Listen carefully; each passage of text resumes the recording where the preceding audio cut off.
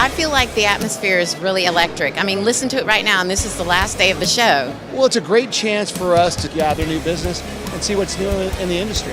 See you at the next IT Expo. We'll be here.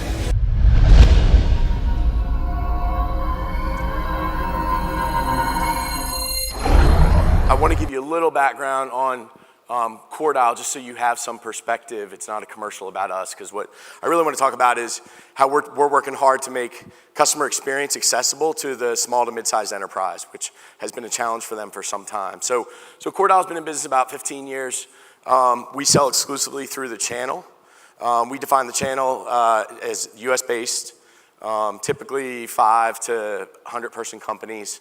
And our typical end user customer is anywhere from 25 to 500 seats. So we're really hyper-focused on those 100,000 plus customers out there in the US that are kind of driving our business and our growth as a country. And so we focus there. We do have a number of large enterprises as customers, but that's really not our sweet spot. We deliver unified communications and contact center are the primary components that we offer through the channel. And we have a platform that the channel partners use. And I know there's a number of our partners here, so if you're interested in talking to them, you can hook up with them and kind of get their firsthand experience. But it really automates all of the activities required in order to deliver unified communications and contact center to these small to mid-sized enterprises. And that's really beneficial because it's a wholesale model, so their margins are much better than being an agent. They control their brand because we're private labeled. And they control the customer experience, which is really important for these channel partners of ours because they want to build out a business that has some legacy and standing value. We have about 800 partners. We add anywhere from 25 to 30 a month. We have about 330,000 seats on the platform. We add about 5 to 7 a month.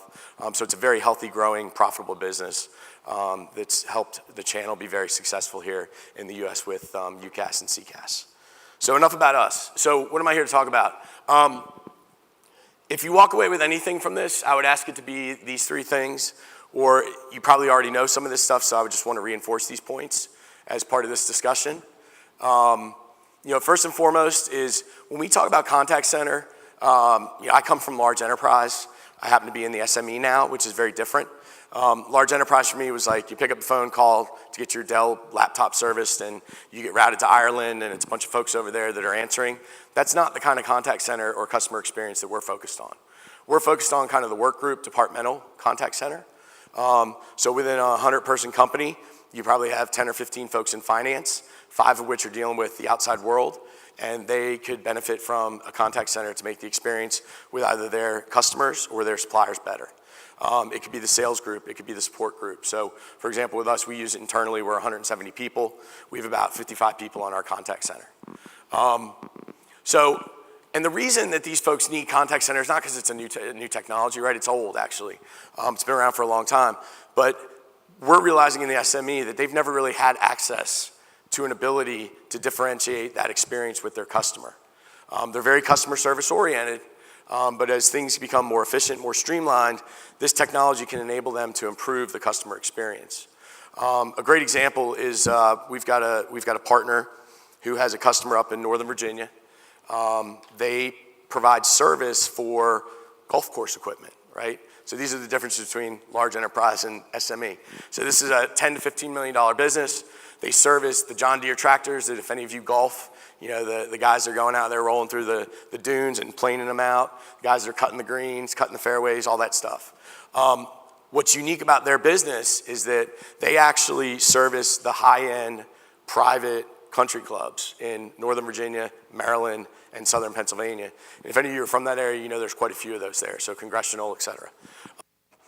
So these guys, they hire technicians that service the John Deere tractors. They have support techs that can work the phones. They differentiate themselves on the customer experience. They guarantee you that you will have no more than 2 rings and be answered by a person. That person within 30 seconds will have you routed to a tech that specifically focuses on your particular problem, and they will either help you solve that problem or they will roll a tech within X number of minutes. So they're differentiating themselves on customer experience. This is just an enabler to achieving that. So that's kind of an example of how we're looking at contact center and trying to make a difference in the SME. The second thing is that there's a lot of money to be made in this area. So again, I don't know the demographics of this audience in particular, but UCaaS is dial tone. It's very commoditized. The contact center and its ability to change the customer experience is a big multiplier effect on the average selling price of these deals. So we see our channel increasing their selling price by 2 to 3x. And the third point along those lines is that they have the ability to go in and upsell.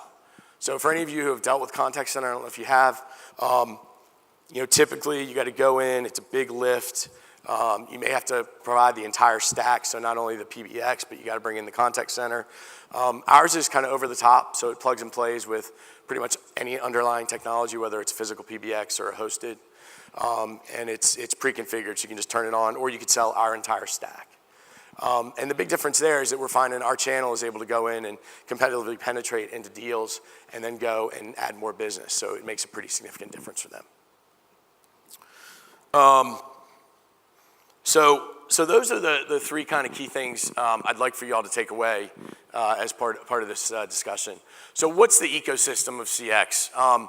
For us, again, focusing on the SME, you really have kind of three components to make up the solution. So customer experience, we encourage our partners to educate their customers on, do you have a defined customer experience you're trying to achieve? So we go kind of beyond just selling the technology. We're really helping our channel partners learn how to solution sell. I was at dinner last night with a couple of our partners, and they're working on a few deals. I'll talk about one of them here.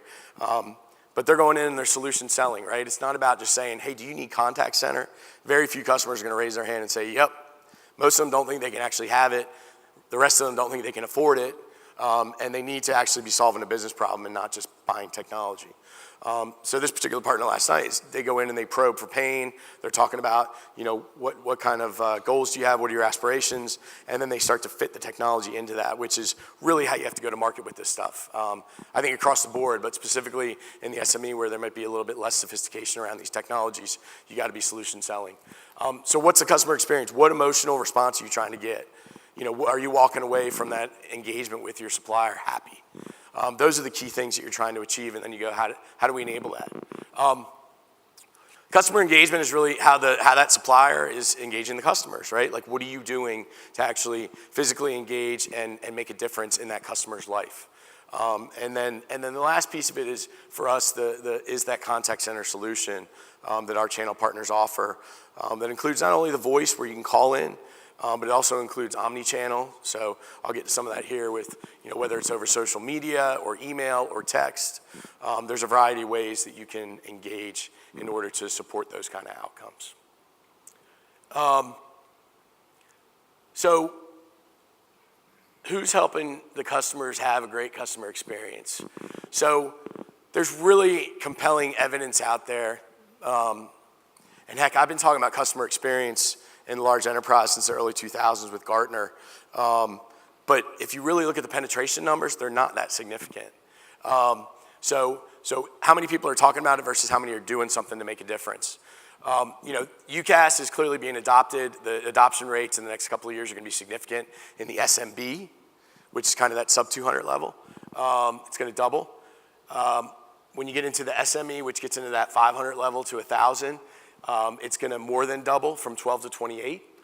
And then when you poll that group and really talk about what are the primary business focuses, you kind of look at this and you go, there's no way that's possibly true. Or at least that was my thought when I read it. Because what that third box is telling you on the right-hand side is that the primary business focus of business leaders, 3% is revenue growth versus 90% customer experience. So I don't know about any of you, but I've never been in a business where they say revenue is not important. That's not really what this is saying. I think what's happening is, culturally, business is starting to realize that you can't just focus on revenue. You got to focus on what enables that revenue. What enables that revenue is good product, like the Google Suite, right? My business uses that. I didn't prior, and I love it. It makes us incredibly productive. It's great. Good product, quality, reliability, and scalability, depending upon the business you're in, is vitally important. That customer interaction or that customer experience is critical because every time that customer hangs up the phone or the tech leaves their office, they got to go, wow, those guys were awesome. I'm either going to buy more or keep buying what I'm buying from them. So I think we're getting smarter and we're evolving about the ways in which we drive revenue. And it's not just about putting the right quote on your sales reps. It's literally about the experience that those customers are having which is a little more esoteric and a little bit harder to manage, but it's where the world's going, and I think it really does align well with the kind of new generation of workers that are coming into the workplace, because I think they view the world in that way, and I think it's starting to make an impact in the business world as well. So where do we go from here? So how the demand for great customer experience translates into revenue. So this is an interesting chart as well if you compare 17 to 19. So this is a Deloitte study. What they determined through a variety of surveys, and you can kind of see it from the left to right, is that the way folks are engaging with businesses is dramatically changing. You guys probably knew that, but when you look at the numbers, they're kind of impressive. I mean, SMS and text for ordering or for customer support or for solving problems has tripled in 2 years. Social media has doubled, right? So literally going out there and tweeting. You know, I've got a personal experience with that. I was in a P.F. Chang's in Atlanta, and it was a mess. Like there must have been a party there and beer bottles all over the floor, whatever.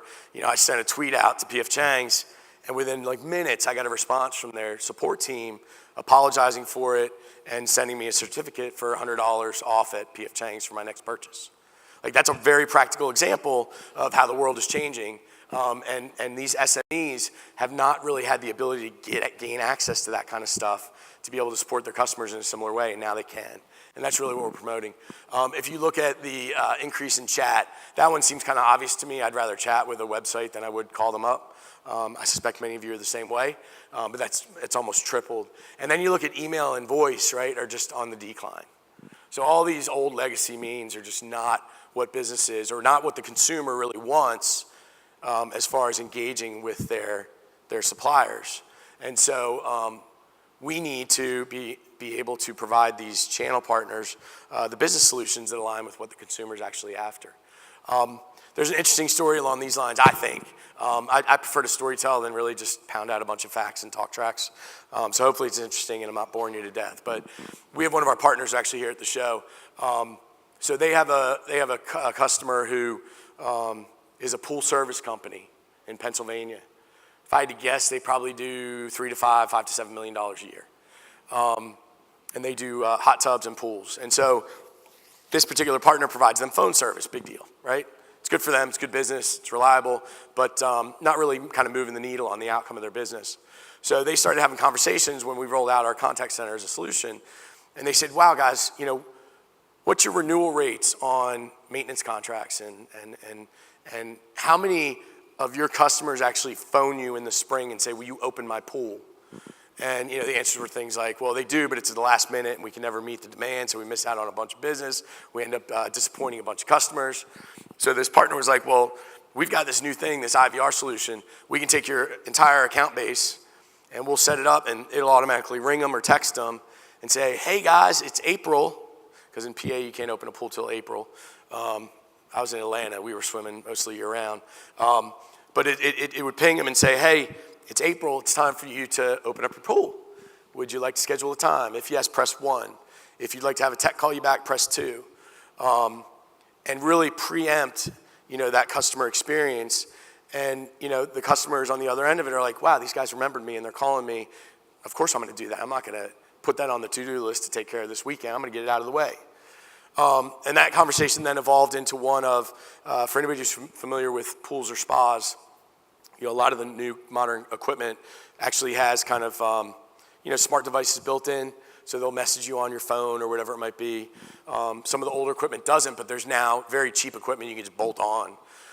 And so these guys are working on a solution now for this customer, whereby when like the heater flares up an alert, or the pump flares up an alert, or the water dynamics get out of congruency, flares up an alert, it automatically keys out to the contact center, and the pool company can phone that customer and say, hey, we noticed that such and such is happening.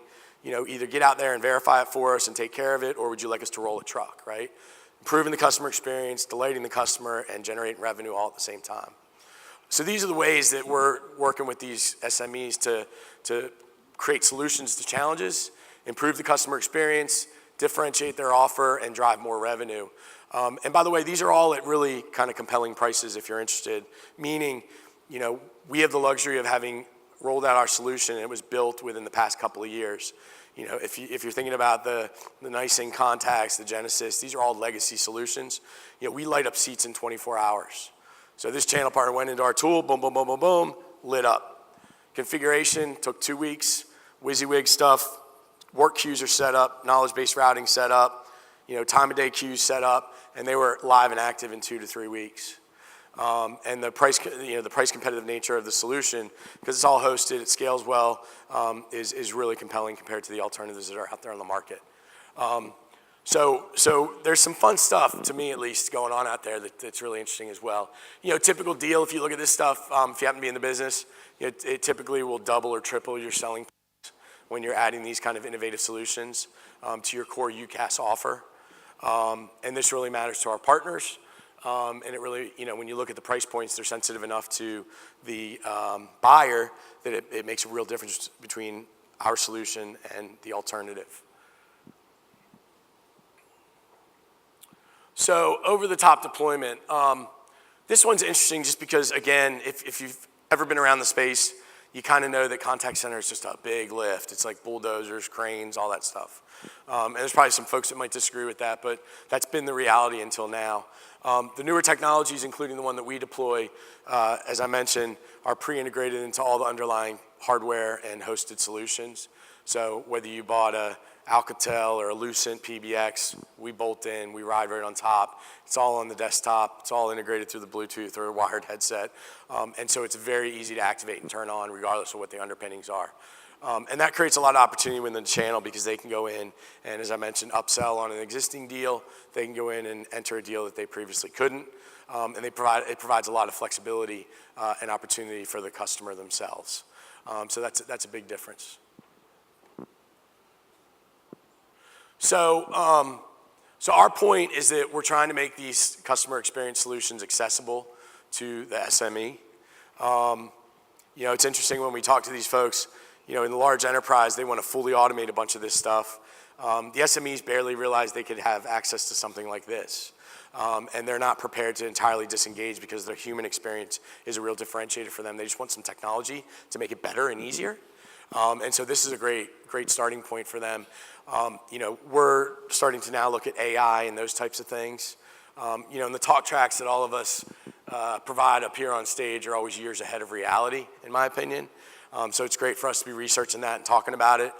The reality on the ground, at least in those kind of SME marketplaces, is that there's time to catch up. And so we believe there's a tremendous window of opportunity here where these small to mid-sized enterprises are going to be taking advantage of some of the technology along with human intervention, and then eventually getting to a more automated environment and leveraging some of the things around AI.